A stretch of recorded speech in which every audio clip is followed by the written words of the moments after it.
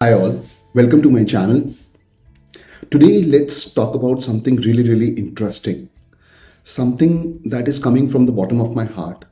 That what is the ultimate question that we are here in this world to ask? I think the first question that we should be asking is, who am I? What am I doing in this world? What is the purpose of my life? And I'm pretty sure about it. The moment you have questions like this is definitely a moment in your life where either you have tried everything and you feel saturated, you are down and out in your life, where you feel that there was a different way you thought of life, and now there is a rock bottom moment that has happened which has forced you to think life in a different way. Or you are in a moment in your life where no amount of things, events are bringing euphoria, are bringing happiness in your life. No amounts of goodies, no amounts of vacation is actually bringing joy and peace into your life. And this is also the question that I think most of the working professionals ask themselves as they're slogging day and day and day out, and they're working for those 5 6 days a week like I was a few months back. And I was living my life on the weekends, so I was really always thinking that let Monday pass, let Tuesday pass, and till the time I reached Thursday evening or Friday morning, I would be elated at that particular moment. And the moment Saturday began and till the evening, I would find myself depressed again, just thinking about the fact that Monday is going to come. So it brings us to another good question, that what is past? What is future?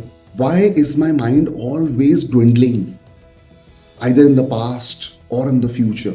See, all these questions are very fundamental.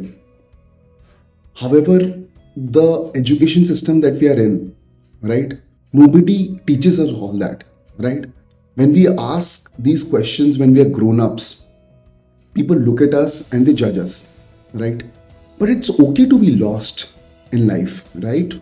People who admit, people who own that yes, there are certain things that they are not sure about this particular life, they are the ones who are ready to find those answers for themselves rather than anybody else wants them to do it, right?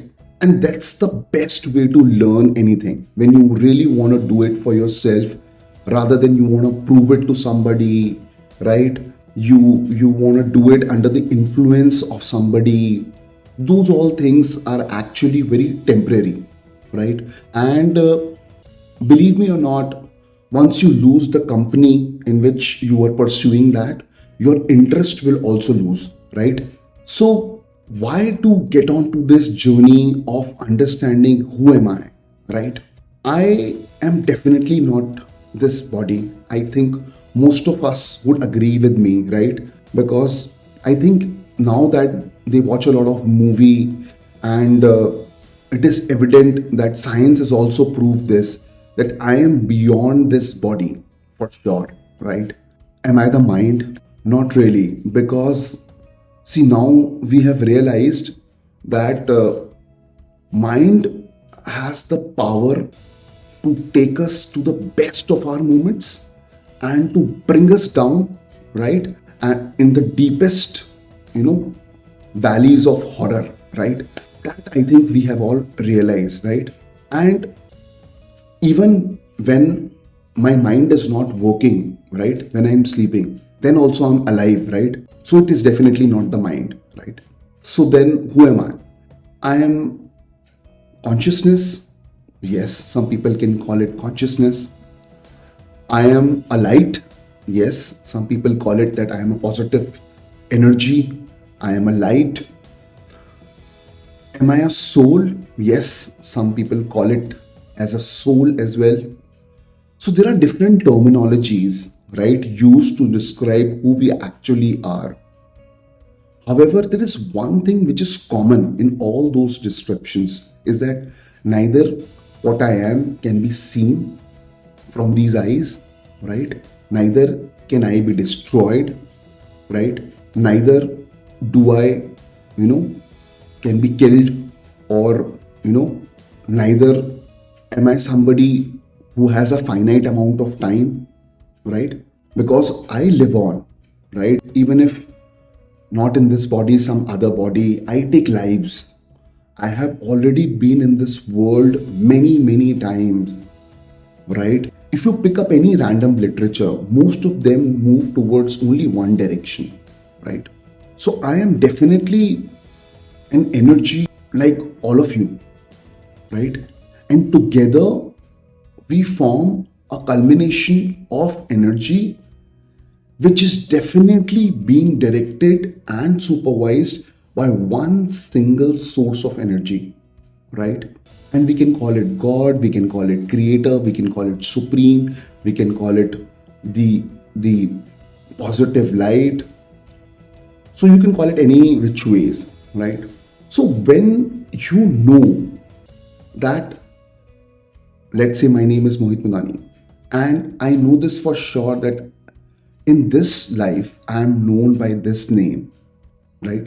But I have lived many lives and I'm going to live a lot of life. The one beautiful thing that happens in your life is that you lose the fear of dying.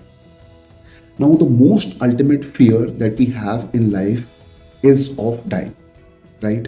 Because everybody who has been born on this planet knows that we have a finite amount of time, right? Some people have, let's say, less time, some people have more time. But the ultimate truth is that everybody dies, right? So once you don't have the fear of dying and you know that your spirit, your soul lives on and it finds another body, then you get rebirth and this goes on. Then this fear inside of you that what happens if I'm not able to do that and I die? What happens, right, to my loved ones? What happens? All those sort of things, all those mumbo jumbo goes away. That's how I put it, right? And that's a big relief, right? Because nobody wants to die thinking that I was not able to do this particular thing. That does not kill the desire inside of you, but at the same time, it kills the fear inside of you. So this gave me some clarity of who I am, who actually I am, and what am I not, what I was thinking of. Then brings us to the second most important question, that what is the purpose of my life? See, people who have got education can definitely somehow make money, right? People who have not got education, they're also making money. When you got money, you can buy a lot of stuff, right? When you buy it initially, you feel a lot of joy, you feel a lot of happiness. When you have those experiences like going to movies, spending time in hotels and eating lovely food, that gives you joy initially, right? However, if you keep on continuously doing it, you understand that there is no joy inside of it, right? Then you're just stuck in that particular cycle. And I'm not saying all these things are not good, they are great, right? But I'm trying to tell you a bigger picture that this is definitely not my source of joy, because if it would be, then every time I would do it, I would be hooked and I would be happy doing it. So then what is true happiness, right? True happiness could be meeting a friend. That's what I used to think. When you meet a close friend,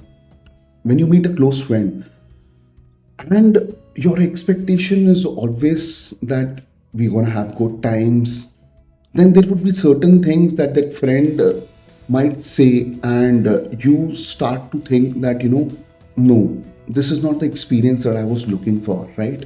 And the similar thing can happen with relatives, the similar things can happen with co-workers, the similar thing can happen with anyone, right?